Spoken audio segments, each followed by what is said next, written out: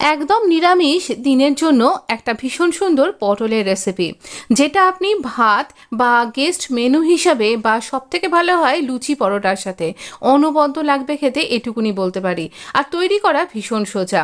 তাহলে চলুন আমরা রেসিপিটা দেখে নিই। নমস্কার বন্ধুরা, আমি Sanchita, Sanchita's essence recipes YouTube চ্যানেলে আপনাদের সবাইকে স্বাগত। তো দেখুন, আমি এখানে এইরকম পটল নিয়েছি, একটু বেশি পরিমাণে পটলটা নিতে হবে। আর পটলটা দেখবেন যেন কচি হয়, তাহলে খেতে বেশি ভালো হবে। আর এখানে আমরা পটলের একটু একটু করে খোসা ছাড়িয়ে নিচ্ছি। আর এবার এই যে দুটো দিকের কিনারার অংশগুলোকে বাদ দিয়ে দেব। হ্যাঁ, আপনি এরকম করে ভেতরে একটু হালকা চিরা লাগাতে পারেন বা ওপরের দিকটাতেও চিরা লাগাতে পারেন, যাতে করে মশলাগুলো খুব ভালোভাবে ঢুকে যায়। এবার এই রকম করে আমরা পটলগুলোকে পুরো রেডি করে নেব। এখানে মোটামুটি বেশ অনেকখানি পটল আছে, আপনি দেখে বুঝে নিন, আমি তো অত ওজন করিনি। এই রকমভাবে শুধুমাত্র পটল দিয়েই আপনি তৈরি করে ফেলবেন একটা সুন্দর গেস্ট মেনু বা একটা স্পেশাল অকেশনাল মেনু কিন্তু। আর দৈনন্দিন জীবনে তো আপনি ট্রাই করতেই পারেন। তো দেখুন, এখানে আমরা তেল নিয়ে নিয়েছি। আপনি না তেল আর ঘি মিশিয়েও নিতে পারেন, তাহলে আরও ভালো লাগবে খেতে। বা একদম রান্নার শেষে গরম মশলার সাথে একটুখানি ঘি অ্যাড করতে পারেন। আমি যেহেতু ঘি খাই না, সেই জন্য আমি এইরকমভাবেই দিয়ে দিলাম। আর এইবার আমরা এখানে খুব ভালো করে পটলগুলোকে ভেজে নেব। এই পটলটা ভেজে নেওয়াটা খুব দরকার। একদম মিডিয়াম টু লো মিডিয়াম ফ্লেমে ভাজুন। পটলটা ভালো ভাজাও হবে, ভেতর থেকে কুকও হয়ে যাবে। পটলের মধ্যে ভালো রং আসার জন্য আমি এখানে একটু হলুদের গুঁড়ো অ্যাড করলাম। এবার খুব বেশি দেবেন না, সামান্যই দেবেন, যাতে পটলের গায়ে ভালোভাবে এটা মিশিয়ে যায়। আপনি হলুদটা মাখিয়ে নিয়েও তেলে ছাড়তে পারেন। কিন্তু আমরা পটলটাকে এইরকমভাবে উল্টে পাল্টে, যেদিকটা হয়ে যাচ্ছে তারপর উল্টো দিকটা আবার ঘুরিয়ে দিচ্ছি। এইভাবে উল্টে পাল্টে একটু সময় নিয়ে পটলগুলো ভালো করে ভেজে নেব। পটল ভাজাটা কিন্তু একটা বড় দরকারি ব্যাপার এই রান্নার ক্ষেত্রে। পটলটা ভাজা হচ্ছে যখন, তখন একটা মশলা করছি। এখানে 4 চামচ পপি সিডস নিয়েছি, পোস্তদানা, আর 4 চামচই নিয়েছি মেলন সিডস। আর এটা ভালো করে গুঁড়ো করে নিয়ে এই রকম 4-5 টুকরো এরকম বড় বড় করে আমি নারকেলকে দিয়ে একসাথে একটা পেস্ট বানিয়ে নিয়েছি। একদম স্মুথ পেস্ট হবে, নারকেল যেন একদম ভালোভাবে বেটে যায়। হ্যাঁ, এই রান্নাটা আপনি যদি কাঁচা নারকেল দিয়ে করেন তবে সব থেকে ভালো টেস্ট হবে, না পেলে ডেসিকেটেড কোকোনাটও দিতে পারেন।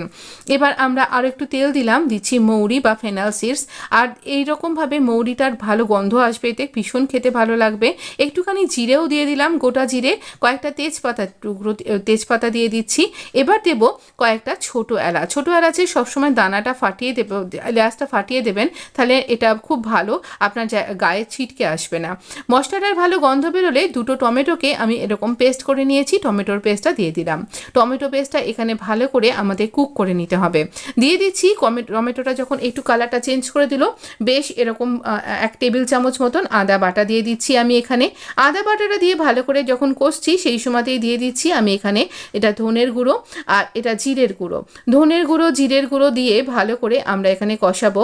এই রান্নাটা যেহেতু নিরামিষ রান্না, একটুখানি না মিষ্টি মিষ্টিও হবে, কিন্তু আমরা এখানে নুন অ্যাড করছি, তাই আপনি এখানে পরিমাণ মতো নুন দিন। আমরা এখানে একদম পটলেতেও নুন দিইনি, তাই পরিমাণ মতো নুন দেবেন। যতটা গ্রেভি রাখতে চাইছেন সেই পরিমাণে আর সব কিছুর পরিমাণ অনুযায়ী নুনটা অ্যাড করুন। হলুদের গুঁড়োও দিয়ে দিচ্ছি। এই রান্নাটা যেহেতু নিরামিষ রান্না, কিন্তু এর মধ্যে কিন্তু হিং পড়বে না। আপনি এর মধ্যে হিং দেবেন না, তাহলে হিংয়ের একটা অন্যরকম গন্ধ চলে আসবে। এবার এই বেটে রাখা মশলাটা দিয়ে দেবো। এটার জন্য এত সুন্দর খেতে হবে যে বলাই বাহুল্য, অপূর্ব সুন্দর খেতে হয়। আপনি এটা আমি বলবো, আপনি যদি লুচি পরোটা করেন, বিশেষ করে দুর্গাপুজোর সময় যদি আপনি লুচি পরোটা করছেন, অবশ্যই সেই সব দিনে এটা সার্ভ করুন। বা নিরামিষের ডিনার রেসিপিতে আপনি লুচি পরোটার সাথে বা রুটির সাথে এটা সার্ভ করতে পারেন। আর যদি ভাতের রাইস আইটেম করছেন, অবশ্যই বাসন্তী পোলাওয়ের সাথে এটা সার্ভ করতে পারেন। বাসন্তী পোলাওয়ের অনেক রকমের রেসিপি আপনি আমার চ্যানেলে কিন্তু পেয়ে যাবেন। একবার রাইস প্লেলিস্ট আর একবার চ্যানেলটা ধরে ভিজিট করুন, ভালো লাগবে দেখতে। এবার ওই মশলা ধোয়া বাটিতেই একটু জল দিয়ে দিলাম। আর এই যে বললাম নিরামিষ রান্না, অবশ্যই চিনি দিতে হবে, একটুখানি চিনি অবশ্যই দিন। আপনি যদি মিষ্টি খেতে পছন্দ নাও করেন, তাহলেও 1 চামচ মিষ্টি দেবেন, তাহলে সমস্ত টেস্টের ব্যালেন্সটা ক্রিয়েট হবে। আর এবার খুব ভালো করে আমরা এখানে কষিয়ে নেব। খুব বেশি কিটকিটে মিষ্টিও কিন্তু এটা নিয়ে হবে না, সব কিছু আপনি ভালো করে টেস্ট করতে পারবেন, অথচ সুন্দর একটা টেস্ট হবে। এইরকম গ্রেভিটা বেশ যখন ঘন হয়ে গেছে, আমি গ্যাসটা অফ করে দিয়েছি। দিয়েছি। আর এবার গরম মশলা দিয়ে দেবো, এটা কিন্তু শাহি গরম মশলা, আর এই রেসিপি আপনি আমার চ্যানেলে কিন্তু পেয়ে যাবেন। এবার খুব ভালো করে আমরা মিক্স করে নেব। এবার আমরা সার্ভ করব। সার্ভ করবার সময় আমি কিছুটা, এই দেখুন কতটা ভালো গ্রেভি হয়েছে, একবার শুধু দেখুন। আর পটলগুলো কিন্তু একদম গলে ঘ্যাঁট হয়ে যায়নি। যদি ভিডিওটা ভালো লেগে থাকে তাহলে বন্ধুদের মধ্যে অবশ্যই শেয়ার করবেন, একটা লাইক দিয়ে রাখবেন। আর এই রান্নাটা এখনই ভালোভাবে আপনি ওয়াচ করে আপনার জায়গায় সযত্নে রক্ষিত করে রাখুন। গ্রেভিটা দেখুন একবার। দুর্গাপুজোর সময় এই রেসিপিটা আপনি খুঁজবেন, অবশ্যই বলবেন ভালো লাগলো কিনা। আর এখানে অবশ্যই আমি একটুখানি না এরকম কাঁচা নারকেল দিয়ে সার্ভ করছি এখানে, যেটা অসম্ভব সুন্দর ভালো লেগেছিল। অবশ্যই জানাবেন কেমন লাগছে, আর ভালো লাগলে লাইক শেয়ার সাবস্ক্রাইব করে পাশে থাকবেন। Please support my channel. ধন্যবাদ বন্ধু, ভালো থাকবেন।